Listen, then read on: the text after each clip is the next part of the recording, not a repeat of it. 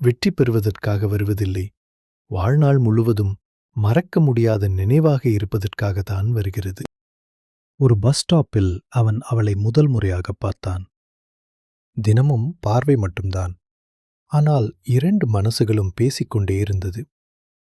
நாட்கள் போகப் போக அந்த பார்வை காதலாக மாறியது. ஒரு வார்த்தை கூட பேசவில்லை.